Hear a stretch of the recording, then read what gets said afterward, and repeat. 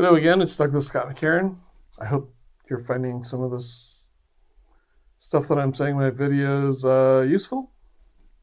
Today I want to talk about interesting situation I've had throughout my life where there was this, it's happened multiple times. I'll tell someone that I love them and they aren't interested back. Now, I've talked about in the past where I thought it was, I had this whole internal thing that I sucked and I took it as a personal insult. If they didn't love me back and I had to then have revenge on them, which, that's not love. That's trying to use somebody to make up for an emptiness within me.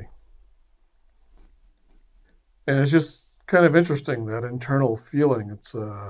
Again, it's like an energy, or it's this internal judgment that there's something wrong with me when there really actually isn't. But for instance, I had this one friend where I was, felt pretty much in love with her. And when I finally told her, she wasn't interested back. But it kind of raises the question, who was I in love with? Especially seeing as the whole time I was in love, I was not telling her. I was inside talking to my own internal feelings.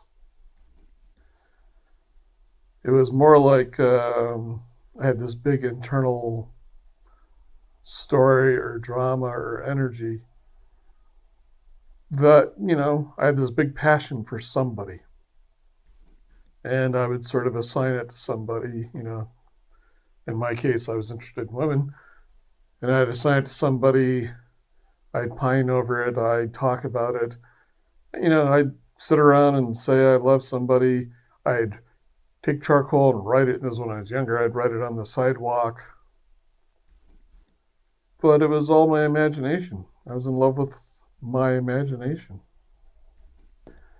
But what's really intense about it is the feeling of it. It's almost like it occupies me. But what I'm in love with really isn't that other person. It's this internal story. I've talked about in a couple other videos as this cocoon. It's like a bunch of self-reflecting assumptions and presumptions and feelings, and they all kind of feed back and forth and support each other. It's like a house of 1,000 mirrors all reflecting themselves and obsessed with themselves. But they aren't really all that aware of the other person. And then I would get upset at them. And I'm not the only one. I mean, you hear stories all the time of some guy proposes to some woman and she says she doesn't want to, and he gets upset and throws acid on her or kills her or yells at her and screams at her and hits her. But it was, he didn't actually love her. He was all involved with his own internal judgments. And then when she says no, all of his whole thing is about being rejected and not being worthy come up. None of which has anything to do with her, except she's the one getting beat up and punched and having acid thrown on her. And so you have this situation where, I'm only speaking as a guy. I don't know if women do this back, but there's this whole thing where it's more like you intimidate or dominate or compel a woman to fall in line with your particular obsession. And it really doesn't have anything to do with her. I mean, you can feel it. You'll be out walking around, you see her, and you go, oh, she's the one. And when she's not the one, well, then you wander around and you go, oh, she's the one. And it's like, you can feel it grab a hold of you, take power of you, and assign it to somebody else. But it's really this internal energy that you're obsessed with. It's trying to tell you that there's something wrong with you. It's telling you how to make it better. And it's telling you that if you loved it, it will fulfill everything. But it makes it appear as though it's another person, but it's all going on inside of you. So the question is who did I love, or who do you love? Especially if your response is to get all upset, attack him, and vilify him, and be angry at him, or feel rejected, or feel hostile. Because that's all about your internal stuff. That has nothing to do with her, even though she may suffer for it from your response. You know? And you're also like denying her right to have a choice in the matter. It's like trying to take a prisoner and stuff him inside of your own story, your own drama about self love and self rejection. I know I did this. I never hit anybody, thankfully. Never attacked them or did anything evil to them. I just would seethe with anger inside because, how dare this woman treat me like I'm not the greatest thing in the world. But again, that's all going inside of me. That was all going on inside of my internal anger, my internal imagination. It wasn't anything to do with her. And everything that happened was all self-referential back to me. All of which just continues to imprison me. Keeps me caught up in that whole thing. It occurred to me as the best thing in the world is if, this woman would agree to be my girlfriend because it proved that I was okay and that she loved me. But it had nothing to do with her loving me or me loving me. It was I felt something was wrong and I needed a girlfriend. And if I had a girlfriend, everything would be cool and then she would do what I want. And that's where a lot of the arguments that go on in relationships is she's supposed to be a perfect reflection of me, what I want. It's like she doesn't even exist. And I'm assuming women do the same thing. Usually they don't go out and beat a guy senseless and throw acid on him and kill them. It's seems to be a fairly predominantly male thing. It's also like when guys decide to have suicide. Can't just shoot themselves. No, they got to shoot all their women and children as if, these people are an extension of them. It's this odd thing about this internal energy, this cocoon, is it makes you feel like you're the center of all things, like you're somehow a god, and you're really just, 1/7 billionth of one species among hundreds of thousands and millions of species on a little tiny insignificant planet in a tiny little galaxy that's of no importance in a massive, massive universe. And yet we all think everything centers around us. I'm the center of all things. That's that energy. It thinks. It like completely focuses you. I don't even know that it thinks it's the center of things, but it definitely makes us, each one of us, think we're the center of things.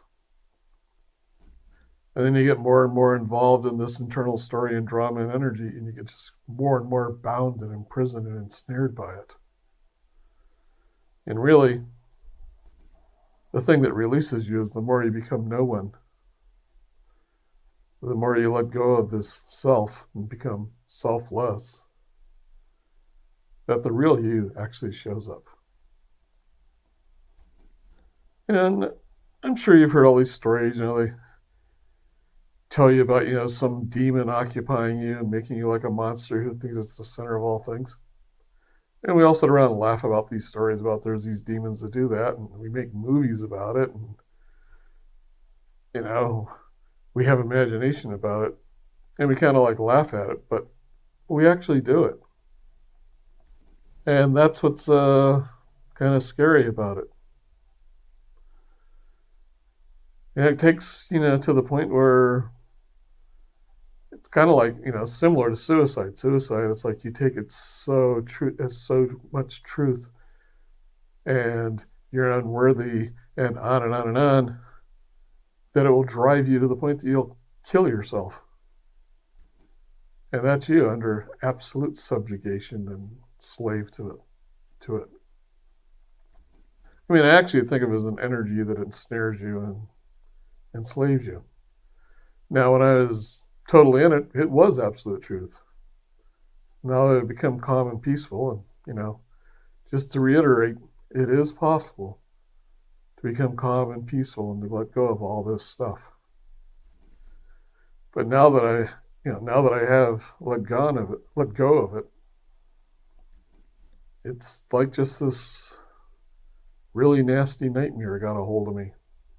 And because it was the only thing I knew and had been there since I was a kid, and in a way, the whole feeling of being nasty or unwanted and unloved started before I had language because some things happened when I was a kid. So that by the time I had language, all that it knew was to reinforce this whole drama, this whole energy.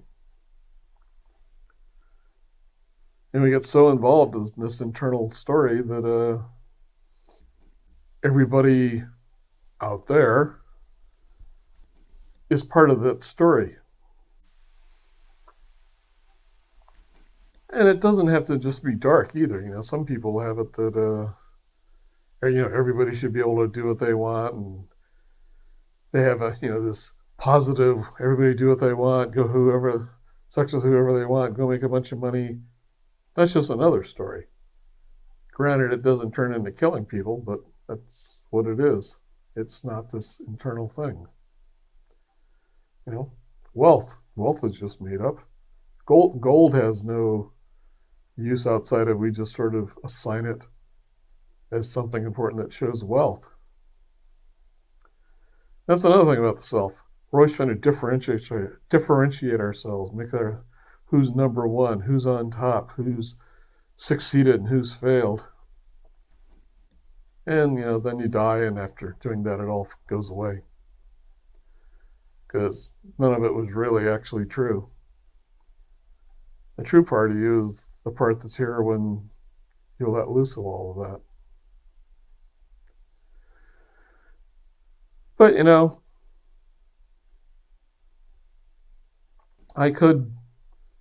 the one thing I did learn is I could actually love another person even if they don't do anything I want them to, because they're not a reflection of me. All that not wanting to do what I want, that's just them not wanting to do what I want.